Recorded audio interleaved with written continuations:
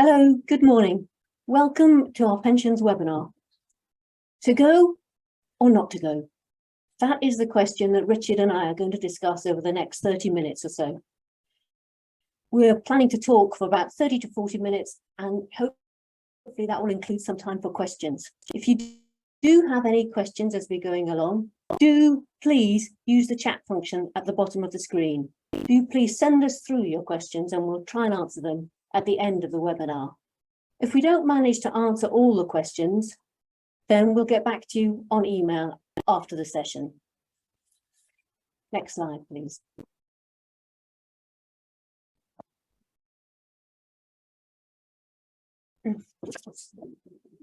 So over the next 30 minutes or so, we're going to cover three main areas. Firstly, I'm going to go over the basics and cover statutory rights and non-statutory rights to transfers. Cash equivalent transfer value rights and freedoms of choice have made it easier for members to transfer their monies out of their pension scheme, and this has led to some problems. I'm going to touch on those very briefly. And then, thirdly, Richard is going to talk about the attempted solutions, the fixes. He's going to cover the new 2021 statutory rate transfer regime. Next slide, please. The right to take a transfer from a pension scheme comes from two sources. Firstly, there's a statutory right under the Pensions Schemes Act 1993, the section of that act from about section 93 onwards. And secondly, from under the scheme rules. If a member doesn't have a right under the scheme rules, they still will have a statutory right, as that statutory right to take a transfer overrides the scheme rules. The statutory right applies where the member has transferable rights. Now, what are they? Well, they're accrued benefits in a scheme which is broadly either defined benefits or money purchase benefits. The statutory right doesn't apply to pensioners, so it doesn't apply where benefits are being taken. And if you're in a DB scheme, it doesn't apply if you've got less than 1 year before your normal retirement date.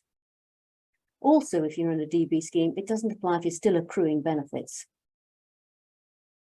Transfers can be made to three different types of schemes. Broadly speaking, to occupational pension schemes, personal pension schemes, or to overseas pension schemes, to QROPs, qualified recognised overseas schemes. Generally, these receiving schemes nearly always provide benefits on a DC basis, on a defined contribution basis. Thanks, Richard. So why should anyone want to take a transfer? Why would they want to do that? As with most decisions in life, there are advantages and disadvantages. The government estimates that over their working life, an individual might build up about 11 separate pots of pension. They might have 11 different employers contributing to a pension. So it might make a lot of sense to try and consolidate all those different pension pots into one place. Another reason might be to take advantage of investment opportunities. In a DC arrangement, the member might have a much wider range of investment opportunities as opposed to defined benefit arrangement where those investment decisions are made by the trustees. Similarly, a member might want to take advantage of benefit flexibilities, which are only available under DC arrangements. Another issue also might relate to the strength of the employer. Just how strong financially is their employer? A member may feel concerned about the financial viability of that employer and may feel reassured by moving their pension from the employer's pension scheme into an alternative arrangement. But there are some downsides of deciding and making a transfer. Firstly, on the governance side, generally these transfers, as I've indicated, go from DB to DC schemes. They typically tend to go into a contract-based arrangement. As we know, under such contract-based arrangements, the governance regime is completely different. There are no trustees there, in essence, looking out for the member. No trustees with any duties or responsibilities to the member. The governance regime is completely different. Similarly, the charges may be completely different. Though a SIP might offer a wide range of investment opportunities, they may carry very high charges. You may, of course, think, well, that would be the member's choice. They've made those decisions, but it's not always something which people focus on as perhaps they ought to. The third disadvantage, and in many ways this might be the biggest disadvantage of making a transfer, particularly from a DB scheme, is that in making that transfer, the member loses that secure income. They lose all those bells and whistles, which are all so familiar with in the defined benefit world. Next slide, please. So just to go over the basics of the statutory rights. A member can transfer all of their benefits of a given type. So either defined benefits, typically, or defined contribution benefits in a scheme, and they can transfer all of them. If a member has DB and DC benefits within a scheme, then they can decide to transfer all of the DB benefits, leave the DC benefits behind. Alternatively, transfer all of the DC benefits and leave the DB benefits behind. Or alternatively, they could decide to transfer both of those benefits, all of the DB and the DC benefits. Most non-pensioners qualify, but they don't have a statutory right to make a partial transfer. And if you're in a DB arrangement, you don't have a statutory right to make a transfer if you're in the year before your normal pension age or before the normal minimum pension age. The receiving scheme must meet the basic tax and legal requirements. So generally in the UK, it's required to be a registered pension scheme. Next slide, please. Pension transfers are governed by a legislative timetable, and it's really quite easy to fall foul of the timing requirements set out in that timetable. Great care needs to be taken when a request for a transfer has been received and in fulfilling that request and carrying out all the duties. In the DC world, a member can request a cash equivalent transfer value, and if accepted, the transfer must be made within 6 months of the member's application. The value of the pot, that's the cash equivalent transfer value, and that's valued on the date of application. In the defined benefit world, once a member has made a request, the CETV, the Statement of Entitlement, must be issued within 3 months of that request, and it's guaranteed for that period. The member then has got 3 months within which to accept the quote. If it's accepted, the transfer has to be made within 6 months of the date of the quote. The cash equivalent transfer value itself, its value, it must reflect the cost of providing those benefits within the scheme. So you might think, okay, so the trustees have got about 6 months in which they can carry out these procedures. But in reality, the Ombudsman expects trustees to action requests well within the deadlines. In one particular case, just mentioned here, Connie and James Hay, damages were awarded to the tune of £43,000 because the trustees were late in making the transfer request. In that particular case, the member had requested the transfer and was hoping to take advantage of variations in the stock market brought about by the Brexit referendum. Ultimately, the Ombudsman decided that the member had suffered a delay of 75 days, and as a result of that, hadn't been able to take advantage of those market fluctuations, and compensation was awarded. Next slide, please. Whether any member has got a non-statutory right will depend on the deed and rules of the scheme. So do check your deed and rules. Most schemes include a non-statutory right to take a transfer, and they also generally set out how that transfer value should be calculated. Some schemes also give members the option to take a partial transfer. Again, check the deed and rules to see if that's included. If it is included, it's most likely to be at the trustees' discretion. Traditionally, trustees have been very unwilling to allow partial transfers because of perceived risks and complexities. So now trustees are more inclined to do so. They're more inclined to allow, for example, partial DC transfers, or sort of 50-50 with DB. So that's a bit of background. Next slide, please. That's a bit of background.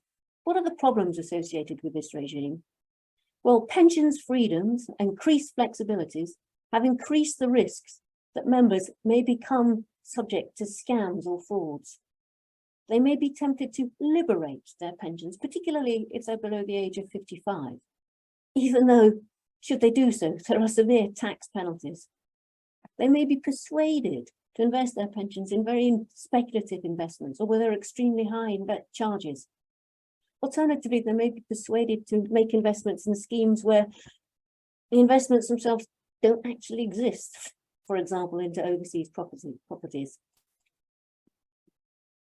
Should the trustees care about that? Should they be worried? Well, yes, they should be worried. Apart from their statutory duties, of course, they should be worried for a wide variety of reasons, not least of which is perhaps the fact that a disappointed member may seek to claim against the trustees in the future. Trustees have got a very critical role to play, but it's worth remembering that if all the statutory requirements are met, trustees still cannot prevent a statutory transfer where they have been satisfied, even if making that transfer seems to them to be an unwise decision. Richard's now going to talk about some of the solutions to these issues.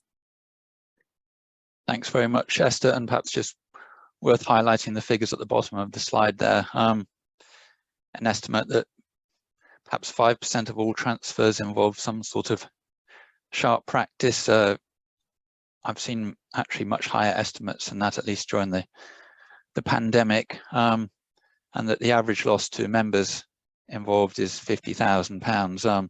Again, I've been involved in cases where members have lost significantly more than that. So having identified the problem, now going to look at solutions which the government and the industry have come up with, and it is very much solutions plural. We haven't seen any one single solution which has fixed this, and perhaps there never could be just one single solution. Instead, what we've seen is a series of initiatives. And I suppose the first measure or combination of measures really involves leaving the regime as is, but greater vigilance on the part of trustees and greater efforts to warn members of the risks that they face in a transfer situation. So this dates back, I suppose, as far as 2013 with the regulator's initial Scorpion campaign, now rebranded as Scam Smart, and the regulators saying expressly that it started from the presumption that a DB transfer out is not in a member's best interest, which always strikes me as a useful quote to put in the direction of a member contemplating a suspect transfer. You can say, don't just take our word for it, but look what the regulator says about this. In addition, we had new powers and a new approach for HMRC, who from 2014 onwards have been more circumspect about registering suspect schemes and more willing, at least in theory, to deregister schemes which are involved in dodgy activity. Then we have the Pension Scams Industry Group and their Code of Good Practice, this document here, now including the option for trustees to take the pledge and badge their scheme as an anti-scam scheme. The code is 130 pages in total, certainly includes a lot of useful stuff, including one of my favorite recommendations, which is that in a suspect scam case, don't just listen to what the lawyers say, that it's all about the written documentation. Often actually the most effective thing is for someone to telephone the member and talk through their decision and explain the trustee's concerns over the phone. We all know that there are many members who, on receiving a piece of paper, will either drop it in the bin or just tick every box they can sign and send it back without really thinking about the message that's being conveyed. We also now have the Money and Pensions Service providing free guidance for members who are contemplating a transfer. All of this, as I've said, leaves the regime essentially unchanged. So you could say that legal duties of trustees have not been affected. And yet we're all familiar with this concept of mission creep, that the regulator and the ombudsman between them can subtly move the goalposts for trustees. And I think it's undoubtedly the case that trustees are now expected to do more and need to do more than they had to do in the past. You know, the classic trust law maxim would be that trustees don't have a duty to advise or warn. I don't think we can say that that is how things now work in the ground in the pensions industry. Solution 2 came in 2015, and this is the requirement for members taking material DB transfers to obtain IFA advice. Members are entitled to transfer only if they have obtained advice from a suitably authorized IFA, and the trustees have their own duty here, which is to check that advice has been obtained before making an in-scope transfer. Trustees don't have to see the advice or check the substance of it. We would say that they shouldn't be asking to do that. And in a sense, what would be the point of that? Because an oddity of this particular element of the current regime is that, in a sense, it doesn't really matter what the advice is, because a member is entitled to transfer even if the IFA is telling them that they should stay put. I think the industry has become conscious of a number of drawbacks as to the financial advice requirement.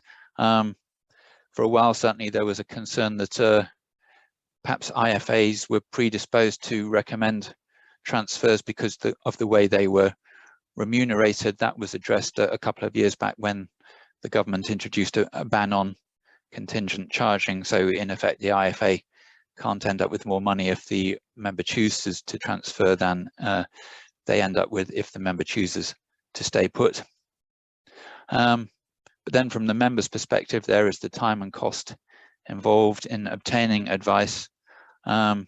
Members may feel, and indeed trustees may feel, that the financial advice requirement doesn't really add very much in cases, and my perception is there are quite a lot of these where the members' mentality is that they just want the money. They don't care if they're being told it's not a wise thing to do. They want or need the cash now, and they're determined to take it. Then, as from the end of last year, we had a much more radical overhaul. In effect, what we would say is a new transfer regime.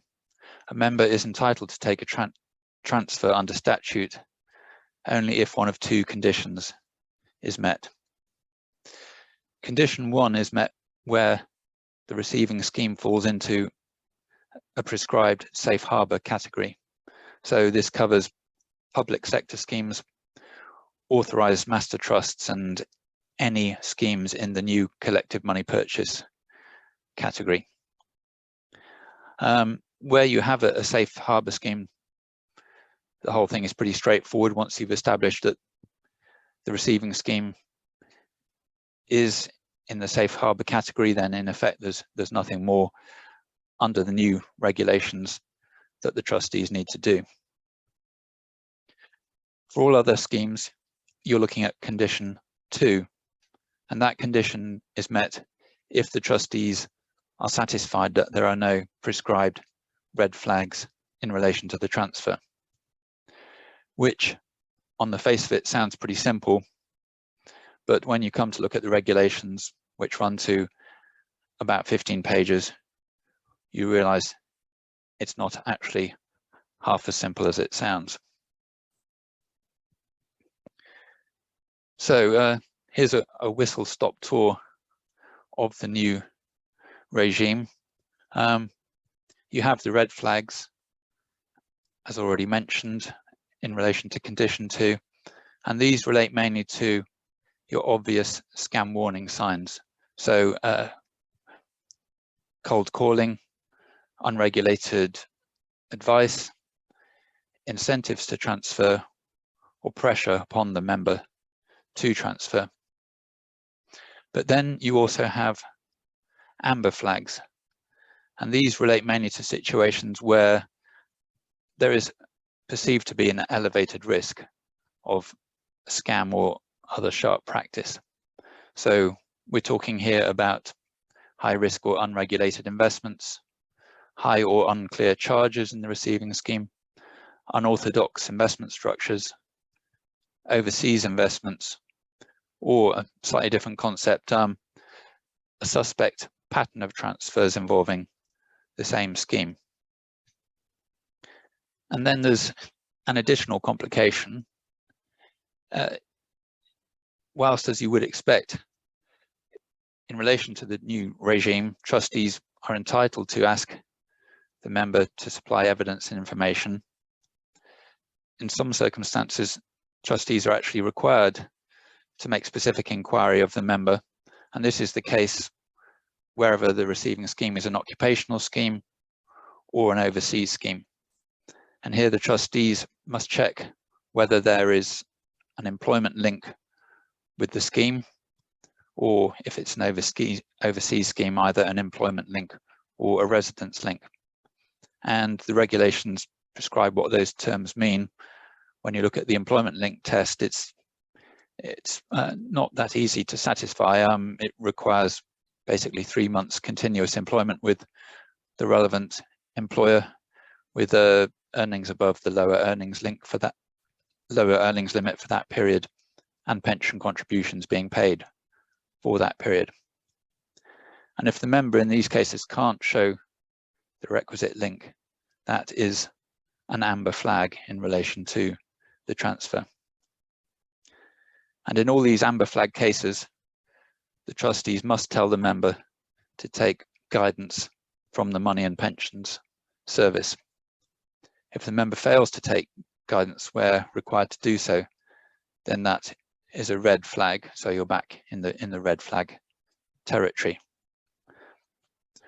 Where you're in that territory, either because you have the obvious scam warning signs, or because there is an amber flag which hasn't been fixed, if I can put it like that, via guidance from MAPS, then the member has no statutory right to transfer. That said, it may still be possible for trustees to make a non-statutory transfer, as Esther described, check the trustee and rules, but also, of course, think carefully about whether it's appropriate for a non-statutory transfer to be made when the member doesn't have any statutory right to transfer. Still relatively early days for this new transfer regime. How is it working in practice? Well, at the outset, the DWP suggested confidently that 95% of transfers would be able to proceed under the new regime without any special inquiry. And I think that 95% figure is just the flip side of the 5% figure we saw before. They assumed that if 5% of cases involve warning signs of a transfer, then 95% of transfers wouldn't trigger anything under the new regime. And the DWP suggested that the appropriate mechanism here might be for trustees, administrators to operate clean lists of schemes which, though not in the safe haven category, would be viewed as inherently unsuspicious. However, I think as perhaps slightly cynical lawyers, we would ask whether it necessarily is as simple as the DWP suggested. In particular, I think our concern is that the amber flag tests are pretty broad and vague. I mean, for example, the high charges test, that's triggered if you have a receiving scheme where the charges are up at the upper end of the normal range, which is an inherently vague concept, and indeed you might feel that provided you're within the normal range, even if at the upper end of that, then perhaps it wouldn't obviously be a source of major concern. But that's an example of how you could find you have arguably an amber flag, even in what might not on the face of it be a particularly worrying case. We would say, however, that trustees are not obliged to assume the worst if they have a case which on the face of it appears straightforward. I don't think anyone is suggesting that trustees need to go to the ends of the earth to clear off every possibility that there might be something lurking behind the scenes which would suggest that this is in fact a scam. I think overall the position really is pretty obvious here, that we do now have a more convoluted transfer process. And remember, Esther said that the timescales for transfers are actually pretty tight already. So there's more for trustees and administrators to do now within that timescale. And remember, trustees and administrators don't drive that process unilaterally. They need cooperation from members, IFAs, receiving schemes, and so on, in order to move things along. And there are more judgment calls required from trustees and administrators, for example, on my high charges example. And overall, an increased responsibility for trustees. The statutory process is a much less mechanistic one than it used to be. There are many more grey areas than there used to be when you were just basically checking, is this or is this not, for example, a registered occupational pension scheme. And then fourth solution, perhaps not receive a huge amount of publicity, was the stronger nudge requirements which came in earlier this year. So if a member aged 50 plus seeks either the payment or the transfer of their DC benefits, then the trustees must steer the member towards guidance from PensionWise, which involves basically booking an appointment for the member and obtaining confirmation either that the member has obtained guidance or that they've made a positive decision not to obtain it. Now, there is an exception if the member is not planning to take their DC benefits via cash out or drawdown, but it's not always going to be inherently obvious in a transfer situation what the member's ultimate plan is. So potentially here is an additional hoop to jump through in a DC transfer situation. How is the Ombudsman approaching all of this? Well, we're seeing two sorts of cases here. First of all, regret cases, and as a firm we have been seeing these coming through.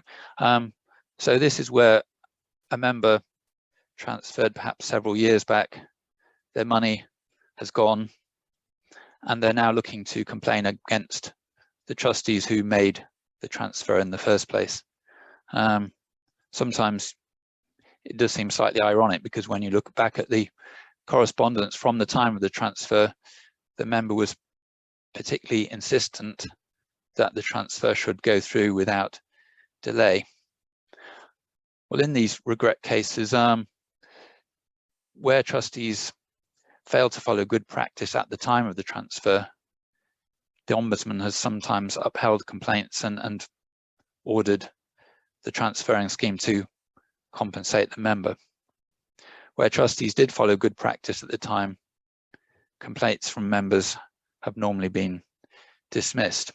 So, I mean, I think a very clear demonstration there of the importance of looking at stuff like the Pension Scams Industry Group Code and making sure you're complying with that. Quite a helpful quote, I think, from an Ombudsman case: the member's right to make a life-changing mistake takes supremacy over the trustee's obligation to help them not to. So while trustees should be warning members, the Ombudsman ultimately acknowledges that if a member has got a transfer right under statute and all appropriate warnings have been given, then the trustees can and should make the transfer even if they don't like the look of what the member is doing.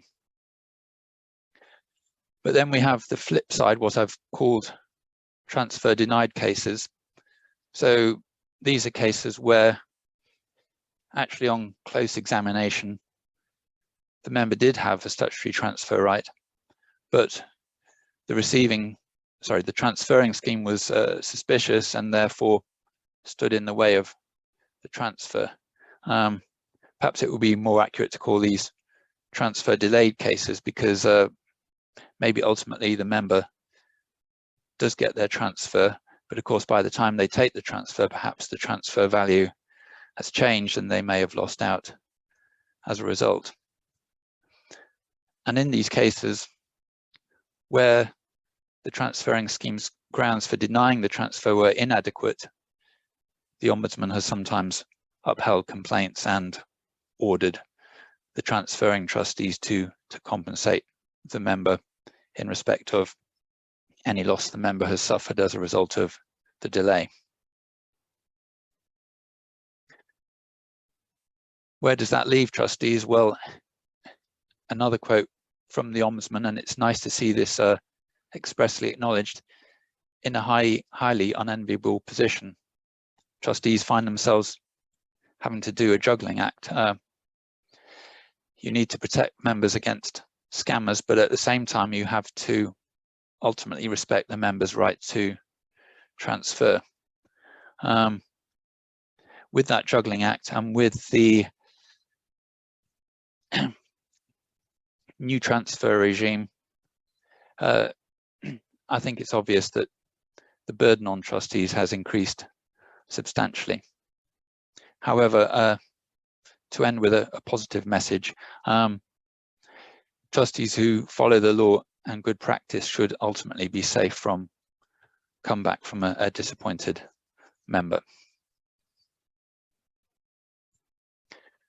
So that's all we were going to say, but we'll now pick up one or two questions which have come in. Esther, do you want to start with that? Yes, thank you. A question has come in on timescales and relates to the points I was making about the timescales for issuing a CETV quote, a statement of entitlement, once a member has put in a request. And what happens if those timescales are not met? What happens if that quote is not issued within 3 months as it should have been? Well, in those circumstances, the trustees can extend that 3 month time period if the reasons for the delay are beyond their control. If the reasons are outside their control, they can extend that period, and they can extend it for a reasonable period up to 6 months. What's a reasonable period is obviously going to depend on the circumstances of the case and in reality what the reasons are for that delay. As Richard mentioned, complying with all the timescales, the trustees are often dependent on third parties doing X, Y, or Z, and it can be very difficult sometimes to ensure that everyone complies as quickly as they ought to. So ultimately they can extend it, but up to 6 months. But it's also worth noting that they can be fined for failing to satisfy these timelines. The regulator can issue a fine for trustees failing to comply with their obligations. That's a fine of up to £1,000 in relation to individuals, and a fine of up to 10,000 in other circumstances. So where it may be against a board of trustees, a trustee company, could be a greater fine. And I think it's true to say that a failure to hit the deadline for payment of a CETV is one of the very few areas where there's an express requirement for trustees to report a failure to the regulator. I suspect, in fact, the regulator receives quite a number of those reports and doesn't actually action them unless there's any obvious cause for concern. But nevertheless, that's a point worth bearing in mind. Question has come in about the new transfer regime. What issues are we as lawyers seeing with that new regime in practice? I guess to start with a general comment, overall, we're probably seeing fewer queries than we had expected from clients, which perhaps suggests that despite my skepticism, the DWP were right. Maybe 95% of cases are going through without the need for special inquiry on the basis of clean lists and so on. I hope that I'm right in seeing this as a positive, that the new regime is working well and it's not a sign that actually points are being missed and the industry is storing up problems for itself in the future. A specific question we've had is about one of the amber flags, overseas investments. There is an amber flag if the overseas, if the receiving scheme includes any overseas investments, which sounds odd because clearly it wouldn't be unusual at all for a member to transfer to, say, a SIP, and for that SIP then to have an overseas equity element to it. In fact, these days it would perhaps be surprising if a member was invested solely in UK equities. I think the answer here may lie in the argument that where a member chooses to invest in, say, the LNG Global Equity Fund, well, that fund is a UK product, UK regulated, and it seems to us well arguable that that isn't therefore an overseas investment, even though the underlying holdings of the fund obviously will themselves be overseas equities. So I think that's a way of getting to a sensible result on the overseas investment point.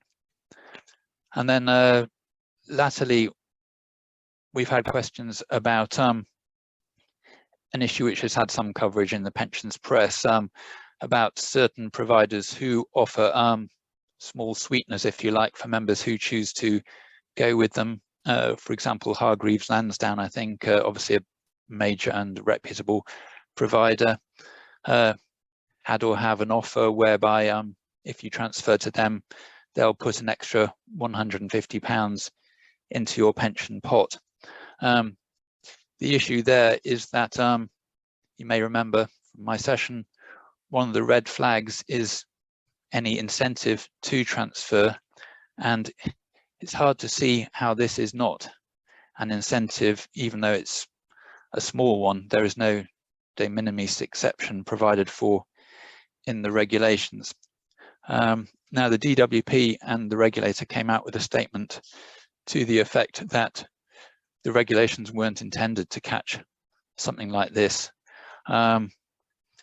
I'm afraid as lawyers, we'd have to say what matters is not what the regulations were intended to say, but what they actually do say.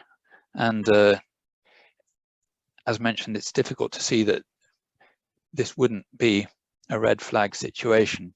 I guess there are two possible solutions to that. One is you say to the member, you can proceed with your statutory transfer, but only if you agree to give up the £150 offer.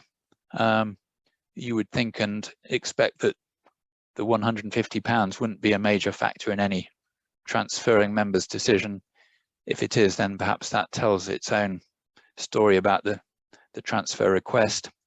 The alternative suggested by the DWP and the regulator would be to look at making a non-statutory transfer in such cases. Again, Esther's point that often trustees will have power to do this, but check your trustee and rules. Drawback there is that there are certainly some schemes, perhaps a minority, where the trustees don't have a non-statutory transfer power. So in those schemes, it's a statutory transfer or nothing. And if you've got a red flag, then sadly a statutory transfer is no longer an option.